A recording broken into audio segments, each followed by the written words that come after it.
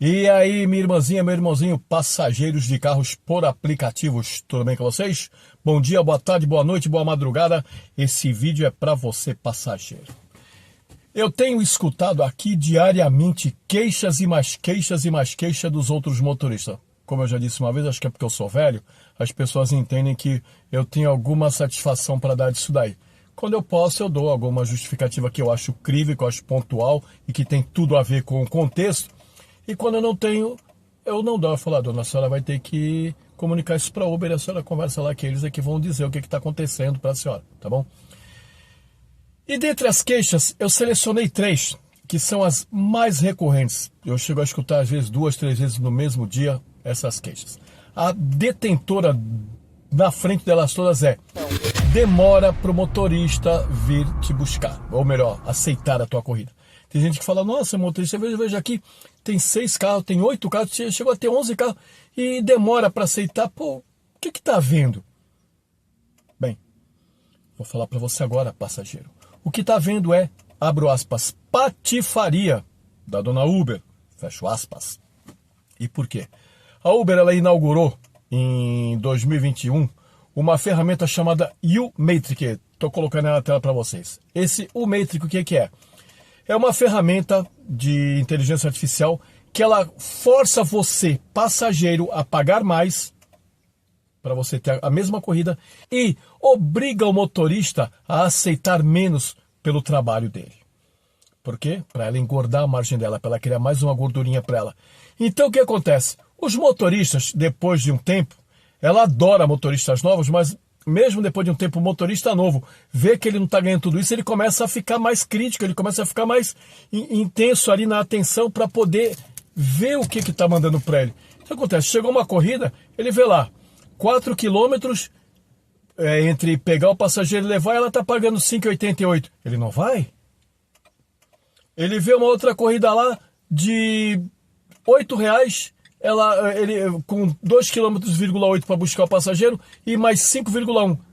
Cara, você junta 2, dá 7 e pouco. A pessoa não vai buscar o passageiro. Bom, resultado.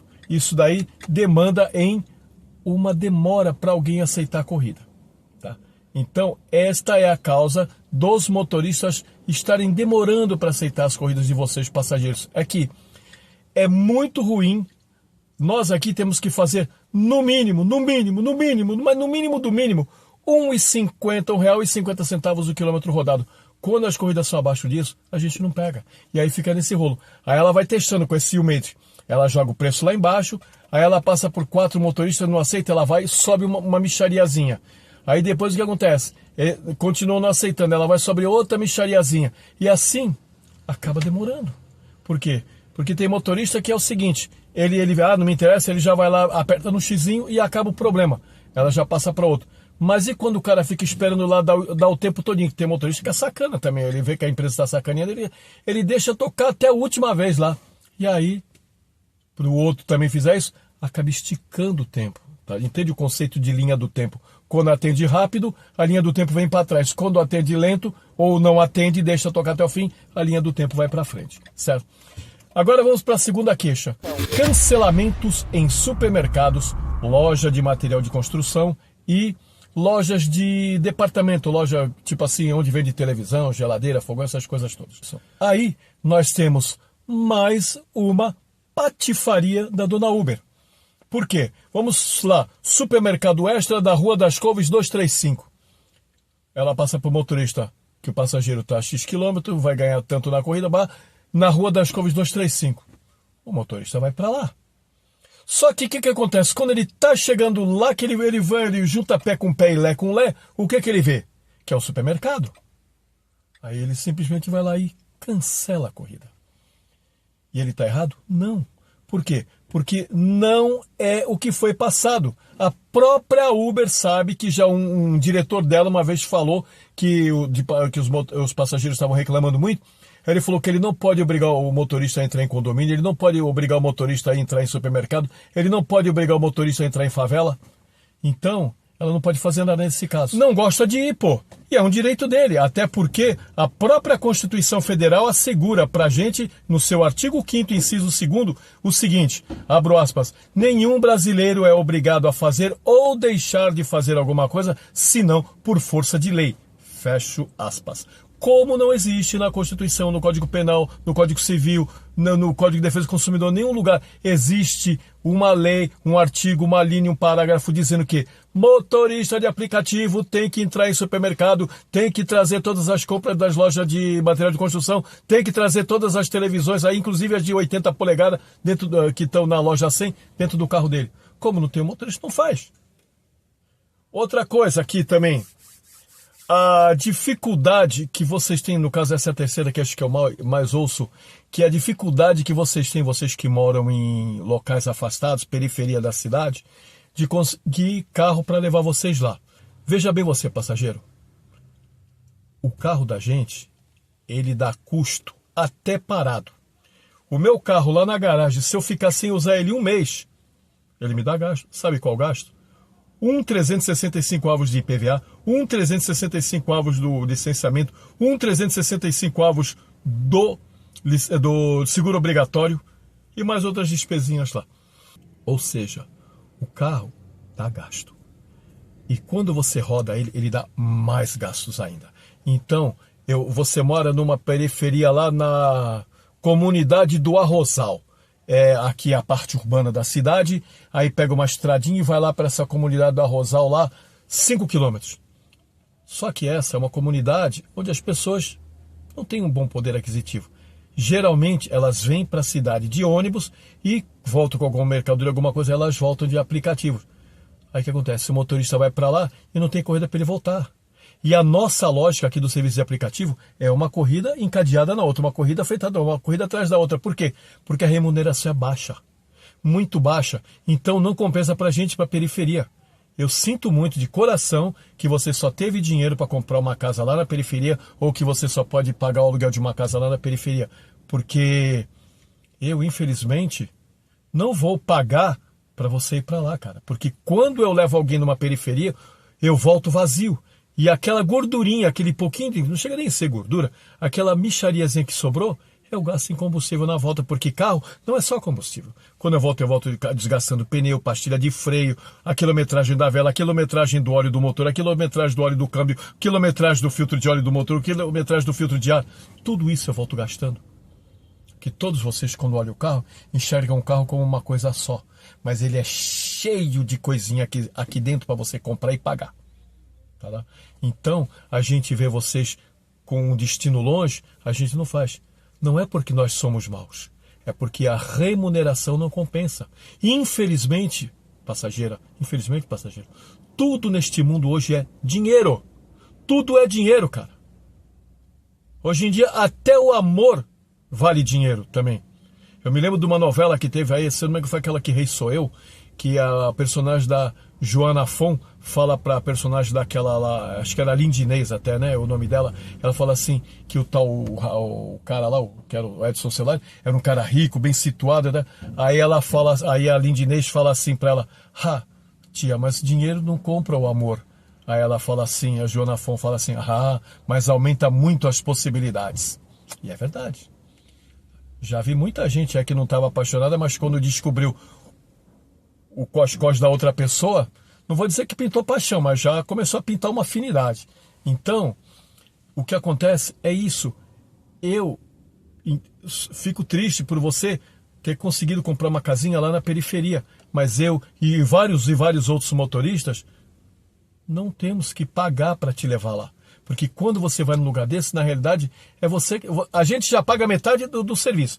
Porque digamos, no táxi, essa corrida sairia a R$60, a Uber vai fazer para você por 28. Esses outros R$30, o motorista não sabe se ele está pagando. E desses 28 ele vai receber uns 14, 15, 12 reais, dependendo de como é que está o métrico lá da Uber. Então, o que acontece, meu anjinho? O motorista não vai. Então, essa é a principal causa de você que mora na periferia ser difícil de arrumar um carro. O motorista que vai lá e te leva, você pode ter certeza, ele já vai pegar aquele local na cabeça dele como um local ruim. A próxima vez que ele olhar na tela lá e ver aquele endereço, ele não vai. Ele já vai lá, aperta o xizinho para passar para outra corrida, porque aquela dali ele não vai. Tá bom? Agora, passageiro, eu vou fazer 2 cobrancinhas de você. Olha só aí, eu concordei com 3 queixas suas, mas eu vou te fazer 2 cobranças. Cobrança número 1, passageiro. Quando você chama o carro de aplicativos, você assume uma responsabilidade com o profissional que vem te atender.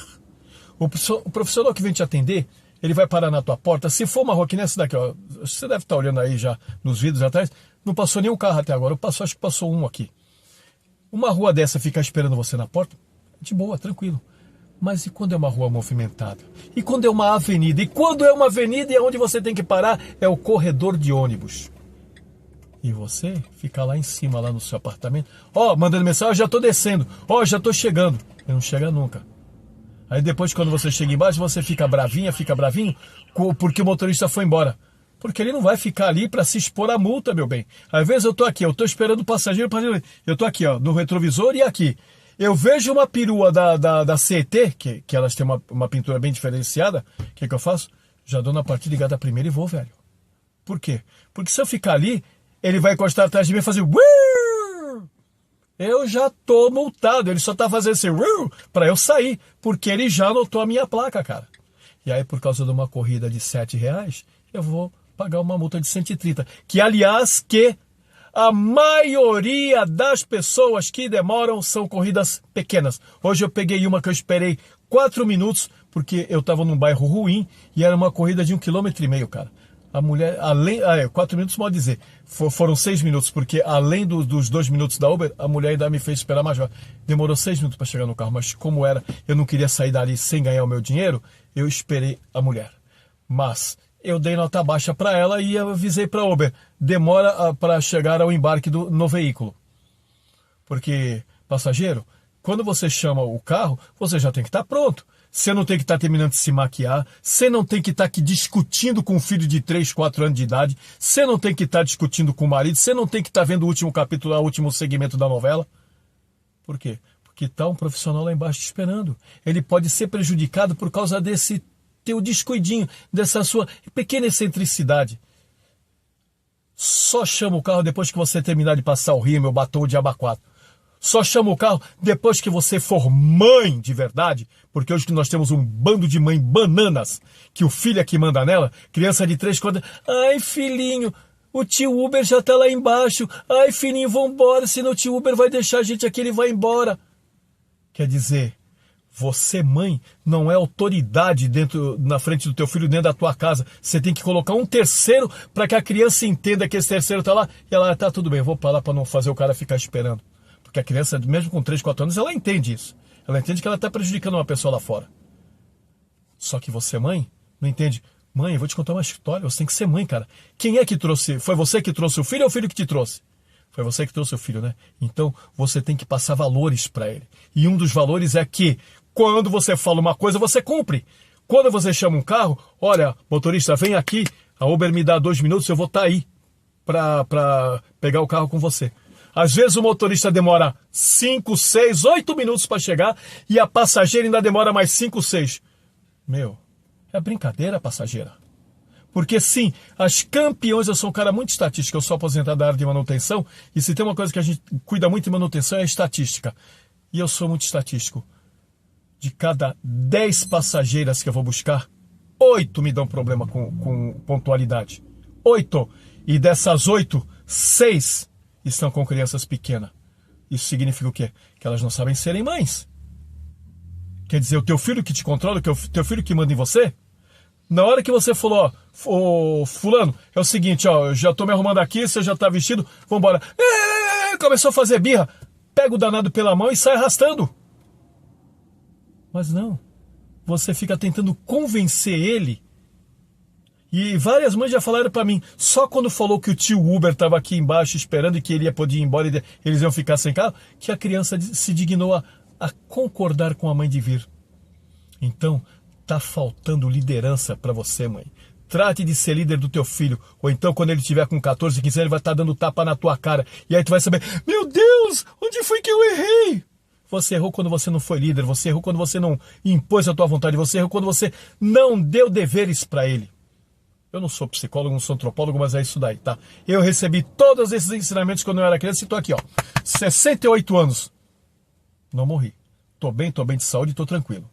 Segunda coisa que vocês têm que aprender a resolver. Muitos de vocês reclamam que o motorista da viagem anterior não passou para o Uber que você pagou. A corrida foi, digamos, R$12, você deu R$12 para ele e quando você foi ver na corrida seguinte, estava lá R$12 para você pagar. Eu não sei dizer, tá, se os motoristas são realmente pilantras ou se o passageiro é que é pilantra. Porque geralmente, toda vez que tem essa conversinha, o passageiro não quer pagar na minha também.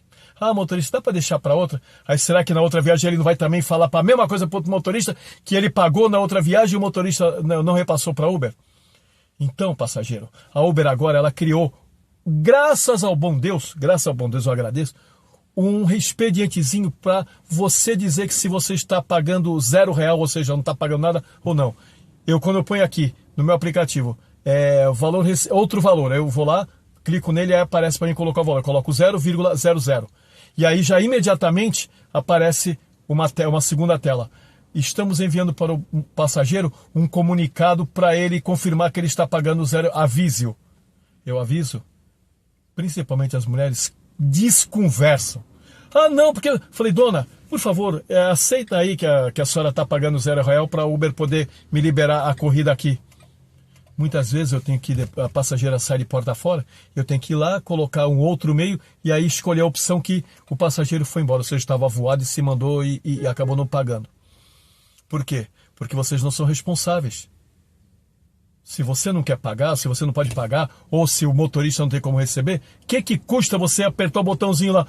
A Uber pergunta na tela para você, você está pagando R$0 ou você não está pagando nada nesta corrida? Sim ou não? Sim, porque se for não, ela vai cobrar do motorista. E se for sim, ela passa para a próxima para você. Mas parece que para vocês é dificílimo. Vai doer, vai atacar a honra, vai atacar a integridade e vocês não querem assumir. Passageiro, se não está pagando, na hora que vem uma vizinha na tela, sim, pronto, acabou, já encerra para o motorista para ele sair para outra. Que eu perco muita corrida seguinte por causa dessas presepadas de vocês. Tá, passageiro? Você não é santo, motoristas também não são santos. Então vamos tratar de melhorar. Nós não somos santos, mas vamos tentar fazer alguma coisa aí para ver se a gente melhora. Porque a continuar do jeito que tá ruim demais. Até o próximo vídeo.